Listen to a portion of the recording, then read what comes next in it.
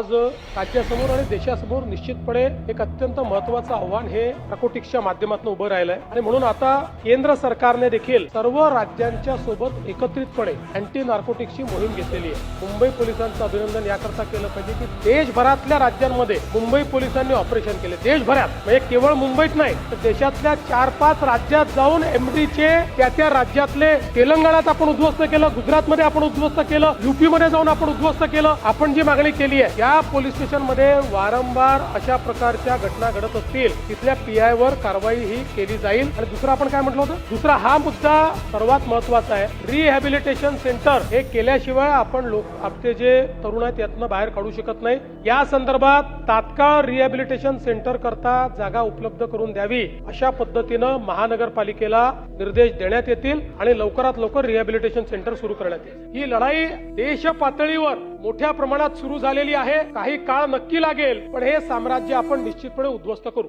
अशाच अचूक अपडेटसाठी देवगाथा.in ला भेट द्या।